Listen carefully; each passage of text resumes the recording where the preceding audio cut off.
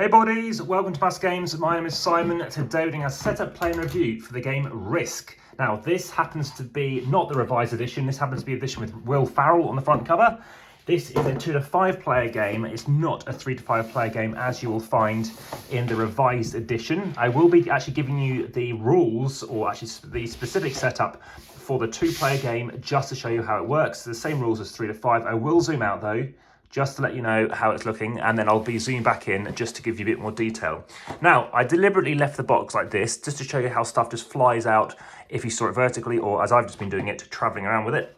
But let's get out everything that you're gonna need. So this is a game of conquest. It's designed in 1959 by a French film director whose films I've watched, such as The Red Balloon, and there's also an American chap also involved in it.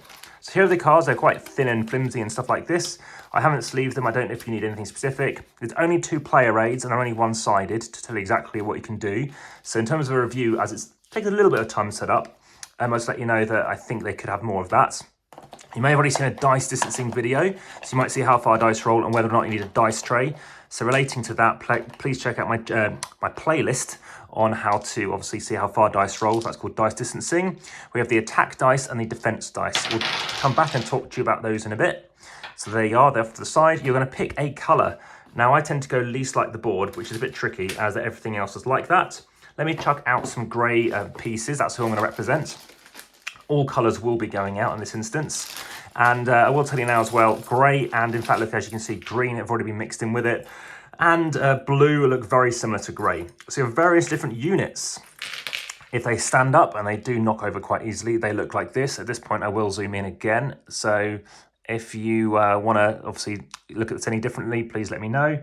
But there we go. Those happen to be a single unit. Now, if for some reason you have at least 5 on a board, on a space, you can increase them up to a basically cavalry, or you can go even more militaristic and go for bombardment, and these are worth 10. So if you have too many on a space, if you're about to run out, you have different levels. So they're known as artillery, the big guys, like I said, cavalry and infantry worth 1. So 1, 5 and 10.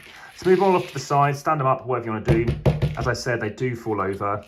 And then everybody is going to shuffle up these cards. They are 42 of them, 42 spaces on the board. I'm gonna shuffle them all up and deal 12 to each player. 1, 2, 3, 4, 5, 6, 7, 8, 9, 10, 11, 12. You're also going to take 12 for your opponent. 1, 2, 3, 4, 5, 6, 7, 8, 10, 11, 12. And I won't fully set up the board because that will take a bit too long. But as an example, I will now be placing out one of my troops over in Egypt. So that goes there. You can stand them up. As it's fallen over, I'll leave it fallen over. I'll be placing one in Southeast Asia. So I'll find out where on earth it is on the map. So it's good for geography. One in Argentina. Down the bottom here, which I've also been to as well. Been to all these places so far. One in the Urals, in fact 2 in the Urals too, because it's got 2 stars. So you're gonna find where the Urals are up here, and then keep on going.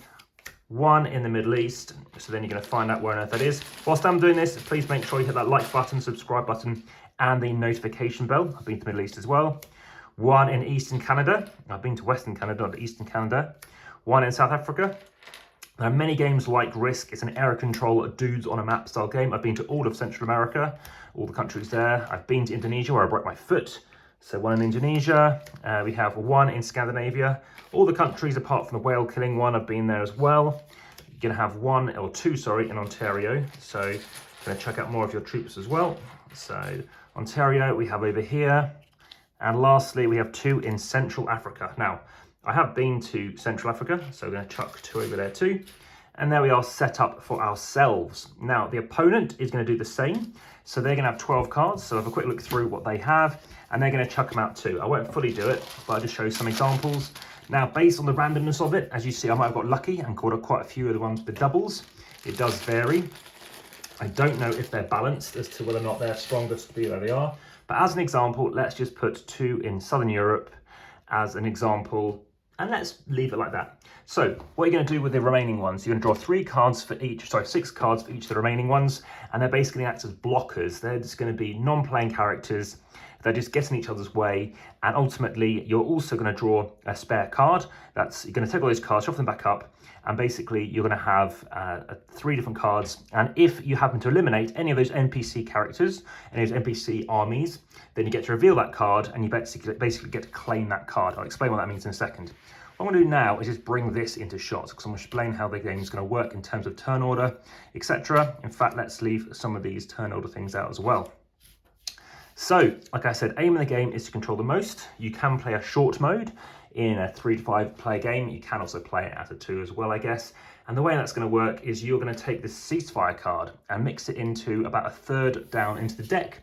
If you're playing as a 3, about maybe halfway as a 4, and about a few cards at the bottom, maybe 2/3 down if you're playing it as a 5. Now, equally, we can play this as a 2, which I have played, and sometimes I think, well, it's not that deep. Let's keep on going. And the way it's going to work is you're going to see who's controlled the most areas, and then that's when that's revealed. Obviously, it's the same back as everything else. That determines the winner.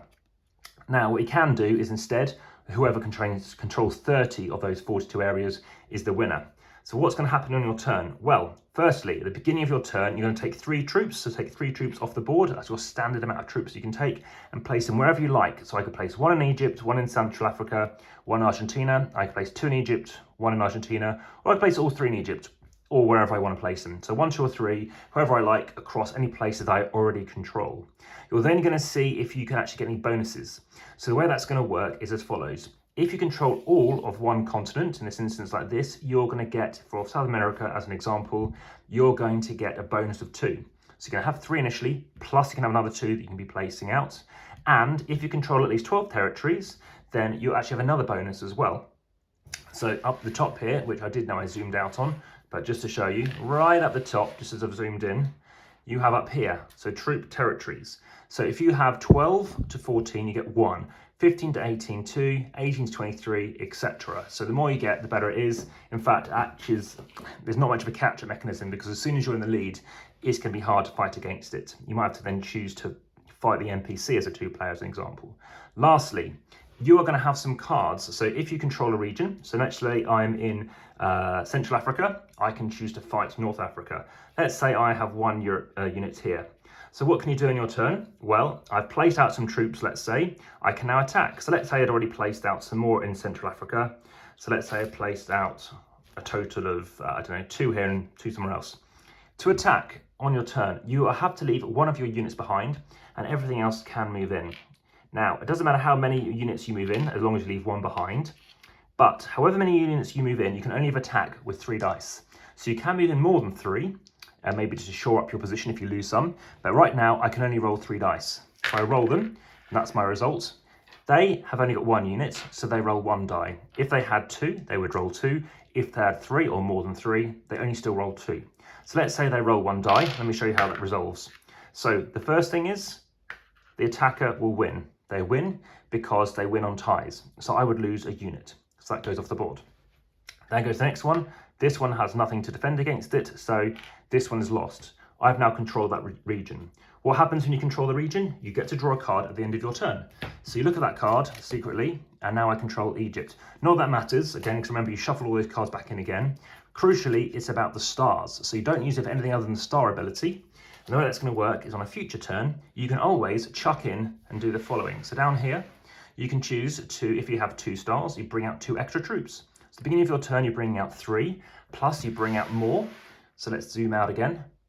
You can bring out obviously more up here, plus you can bring out more for having troops. So you might want to wait and get out until you've got maybe, 8 cards or cards worth 8 stars on them, because you're bringing out 21 troops.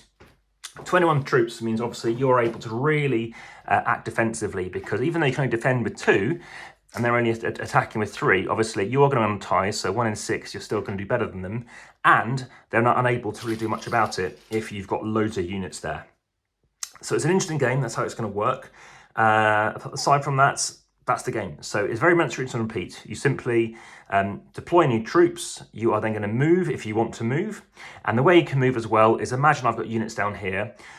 As long as I have enough units, so let's say I've got some units here, this person can move all the way up here as well. So you can fight and move as long as you can get through from one location to another.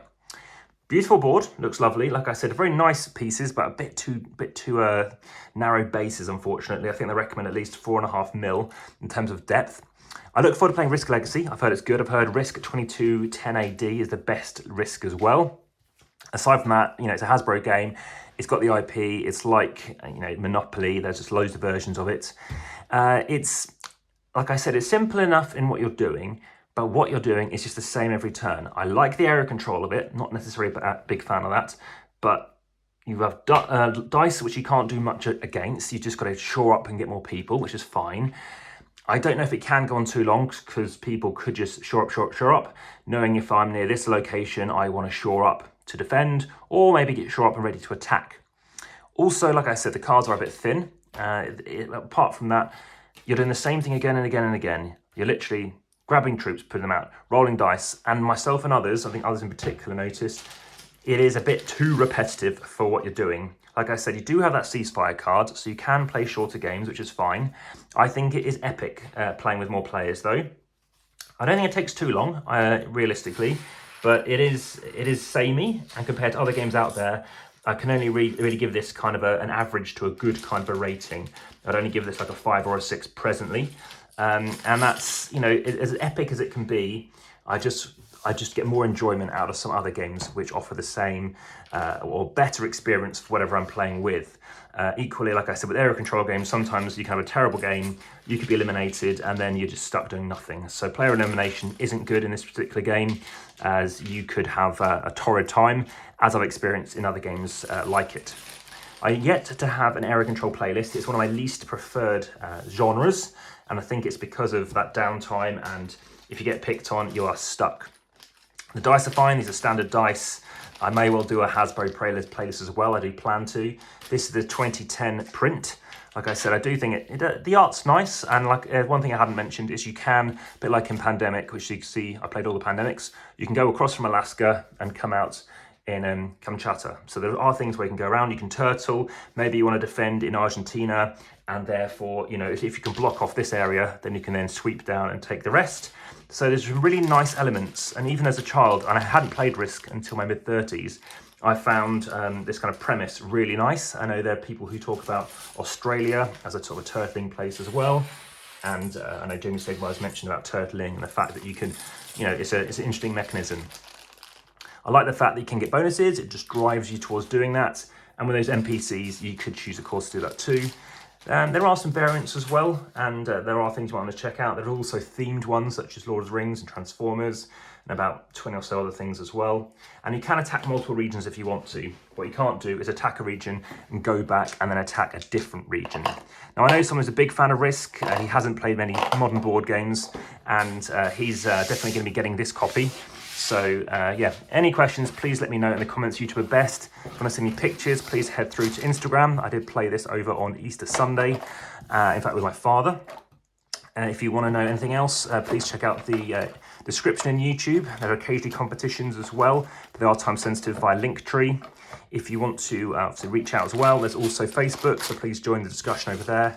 And I mentioned Instagram, so please follow there. Also like, hit the subscribe button and notification bell, and share. And I look forward to speaking to you again very soon. There have been daily videos for a few years now. So yeah, lots coming to the channel too. And more how to set up player and stuff in that setup playlist as well. So thanks for watching. And for now, back to the table.